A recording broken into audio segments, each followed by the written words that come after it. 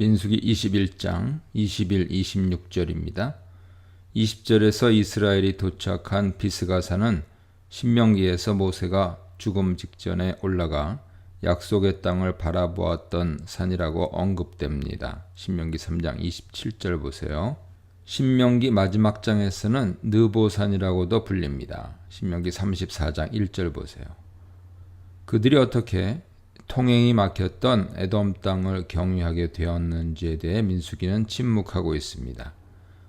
신명기 2장 1절로 8절에서 하나님은 세일산 일대에 거주하는 에서 후손 곧 에돔 족속과 싸우지 말고 그들에게서 식량과 물을 사 먹으며 평화로이 에돔 땅을 통과하라고 명령하십니다. 이것은 때가 되어서 제40년 어느 날 하나님 섭리로 에돔 왕이 드디어 이스라엘과 재협상을 통해 국경 통과를 허락해 줬다는 것을 암시합니다. 또한 민수기는 이스라엘이 에돔과 모압 경계선인 세례 골짜기를 건너 모압으로 들어온 뒤 모압과 아모리족의 경계선인 아르논 강까지 어떻게 여행을 할 수 있었는지에 대해서도 전혀 언급하지 않습니다. 이것 또한 신명기 2장 8, 9절에 설명되는 바 에돔 족속과 그랬던 것처럼 이스라엘은 모압과도 결코 싸워서는 안 되었습니다. 그들도 아브라함의 조카인 롯의 자손들로 이스라엘과 깊은 혈통 관계에 있던 민족이었기 때문이며 더 중요하게는 하나님께서 그들에게도 친히 그 땅을 할당해 주셨기 때문입니다. 신명기 2장 4절 9절 보세요. 그들은 모압 땅의 통과를 허락받았는데 추측컨대 에돔을 통과할 때와 마찬가지로 식량과 물을 사 먹으면서 지나가야 했을 것입니다. 본문에 의하면 사해 중간쯤에 위치하던 아르논 골짜기가 모압과 아모리 사이 경계선으로 설정되어 있습니다. 이스라엘은 아르논 골짜기를 건너 한참 북쪽의 비스가산까지 여행한 상태였죠.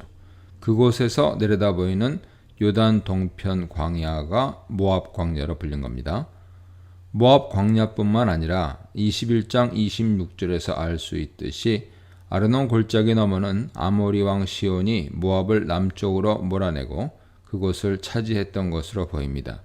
따라서 모압 광야는 아모리족의 수중에 있었으나 관행상 그렇게 부른 것으로 보입니다. 당시 국경이 허술하여 이스라엘 백성은 아모리의 영토에 속한 아르논 일대를 쉽게 통과한 뒤 북진하여 비스가산에 도착했을 것입니다.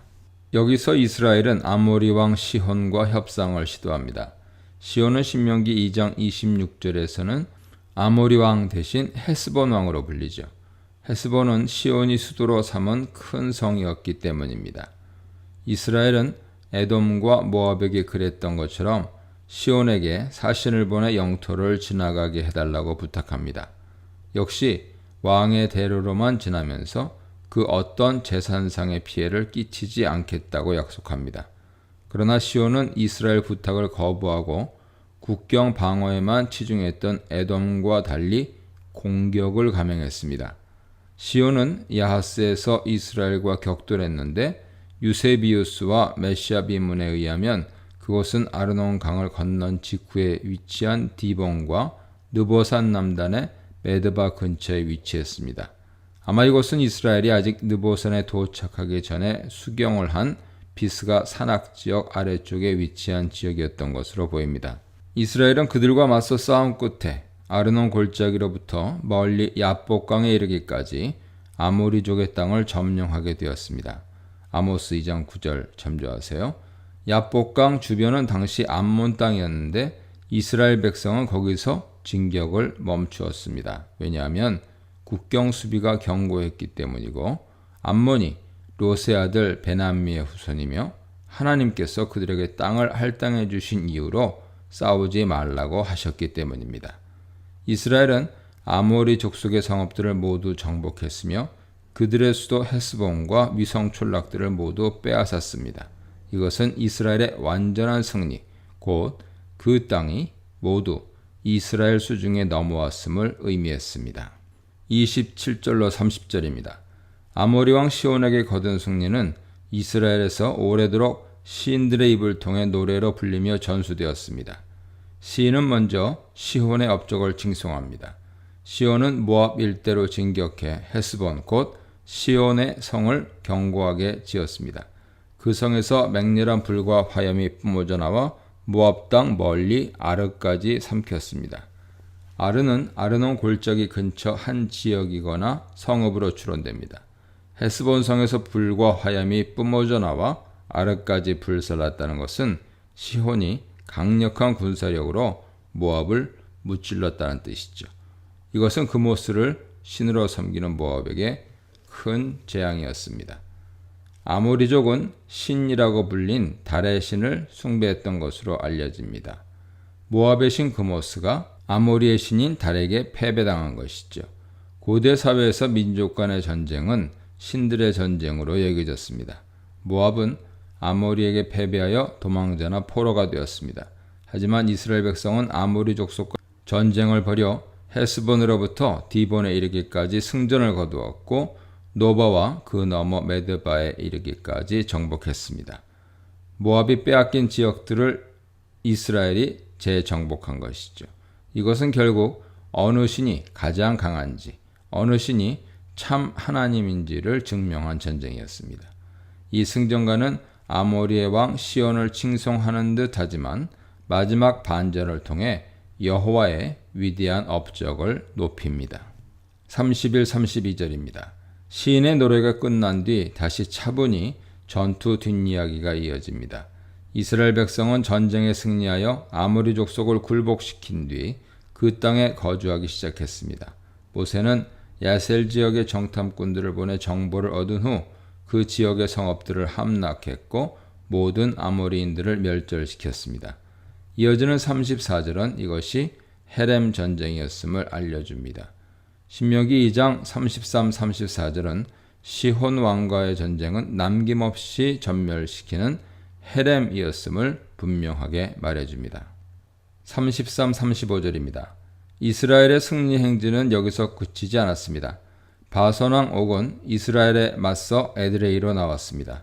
신명기 3장 11절에 따르면 바선왕 옥은 우월한 체형을 지닌 거인족 르바임의 마지막 남은 자로 그가 사용한 침상, 석관묘로 해석하는데요.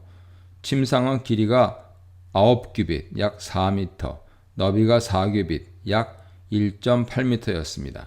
바산은 암몬 영토의 북서쪽에 위치해 있었는데 암몬과 바산 사이에는 야복강이 경계선을 이루고 있었던 것 같습니다. 암몬과 달리 이스라엘의 위협을 느낀 바산 왕 옥은 군대를 이끌고 친히 남쪽으로 그들을 치러 나왔습니다. 그들의 출정에는 바산 지역의 아모리 왕 시온 패배에 대한 보복의 의미도 있었을 것입니다. 하나님께서는 이스라엘 백성에게 바산 왕 옥을 수중에 넘겼으니 그들을 쳐서 정복하고 진멸하라고 명령하셨습니다. 이것 역시 헤렘 전쟁을 의미합니다. 신명기는 바산 60개 성이 정복당했다고 보고합니다. 그리하여 그들은 바산의 아모리 족속을 다 쳐서 진멸했고 완전히 정복했습니다. 이스라엘은 신명기 전쟁 규칙에 따라 대적과 맞닥뜨릴 때 먼저 화친을 선언하고 협상을 제안했습니다. 하지만 그들이 거부하고 전쟁을 먼저 시작하면 하나님은 헤렘을 수행하도록 명령하셨습니다. 신명기 20장 10절로 18절 보세요. 이스라엘은 요단강 동편 길르앗과 바산 땅, 곧 아모리 족속의 땅을 모두 점령했습니다. 본래 이 땅은 약속의 땅이 아니었으나 일종의 덤으로 주어진 선물이라 할 수 있습니다. 훗날 먼저 정복된 요단 동편의 땅을 르우벤, 갓, 므낫세 반지파가 할당받습니다. 이 문단에서는 시혼을 설득하는 모세, 시혼 공격에 맞서는 이스라엘, 바산 앞에서 담대해야 할 이스라엘에 대해 묵상해 보시기 바랍니다.